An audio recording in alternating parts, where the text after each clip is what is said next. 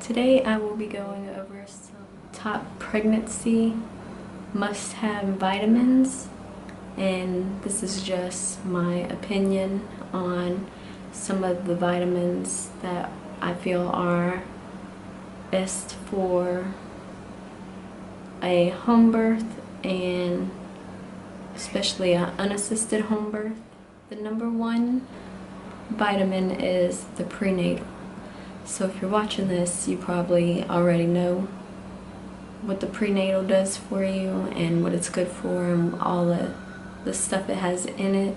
So I don't really have to go over that when you're pregnant, but it's also good for postpartum too. It helps with your breastfeeding, your milk supply. It helps with that and still giving the baby what it needs, because it doesn't just need those vitamins when you're pregnant, when it's still inside your belly. It needs it while it's nursing too.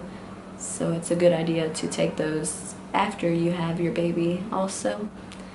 This is my favorite prenatal because it doesn't make me feel sick. It doesn't make after I take it doesn't leave a nasty taste in my mouth like a lot of the other prenatals I've taken do.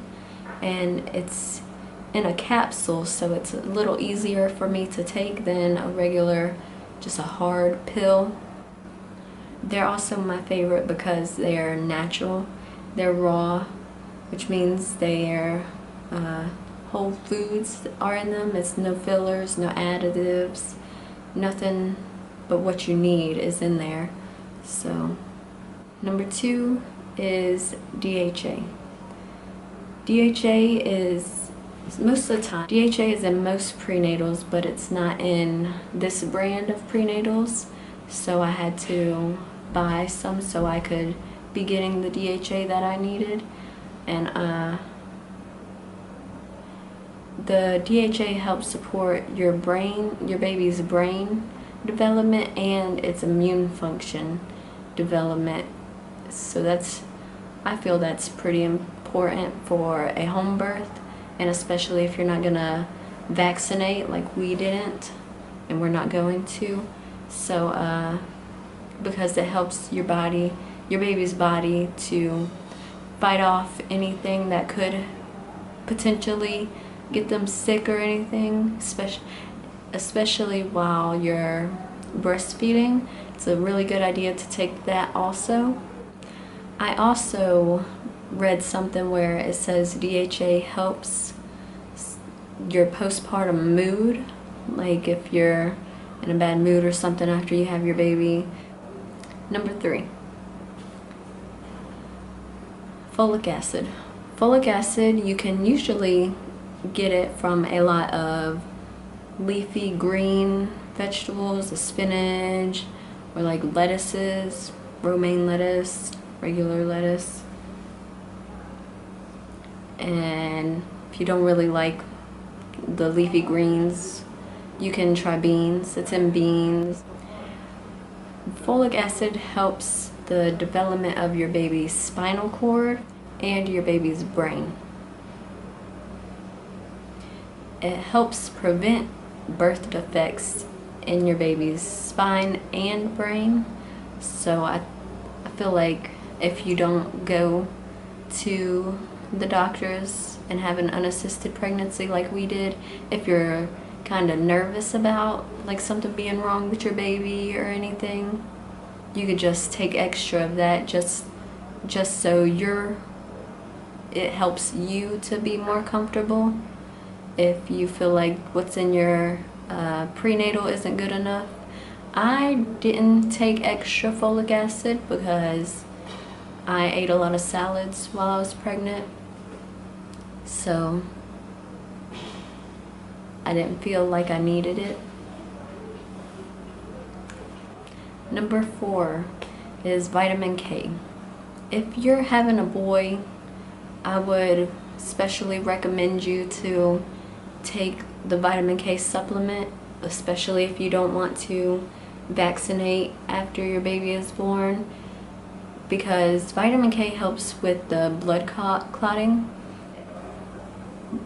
the vitamin K, it helps to it helps your blood clot. So when a baby gets circumcised, of course they bleed, so you don't really want your baby to bleed too much when they circumcise him. So that's a really good idea to take that if you don't want to do the shot, but if you do the shot then you really don't have to.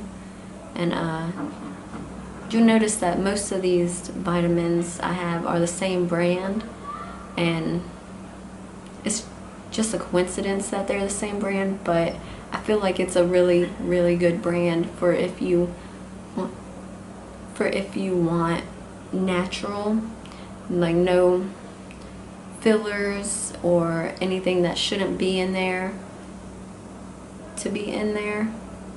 So plus in the vitamin K shot, if you research it, a lot of times they'll put additives and fillers in the shots that they don't really necessarily tell you about. You'd have to research it if you wanted to actually know what's in there, because I mean they do that with almost everything at the doctor's, so it's just my opinion about the shots. Number 5 is iron. So I've done some research on it, and it showed that a lot of times pregnant women get iron deficient while they're pregnant, and it's not too good because it'll make you feel weak, and it's not too good to be iron deficient because the iron helps support your placenta while you're pregnant, and it helps all the red blood cells that are going to your baby, that are going from you. It helps give you more and boosts them. Iron supports your placenta, and it gets your body ready for the blood loss that will happen most of the time when you're in labor and after you give birth. So I mean, a lot of women don't lose too much blood, but if you are someone who is maybe anemic and bleed a lot when you do like get cut or something, then it would probably be a good idea to take the iron supplement. If you don't want to take the iron pill, you can also eat stuff that has iron in it, like some fish. If you don't want to take the pill for iron, you can eat foods that have iron in them. I know like in the folic acid, leafy greens have iron in them, and some fish has iron in it, and beans have iron in them, and also I mean, if you're a vegetarian or a vegan, you might just want to stick to the beans and fish.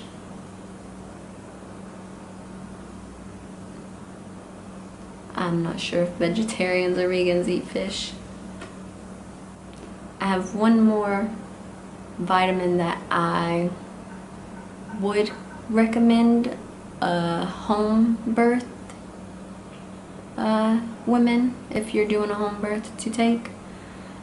I would recommend vitamin C, but only in your last maybe 2-3 weeks of pregnancy.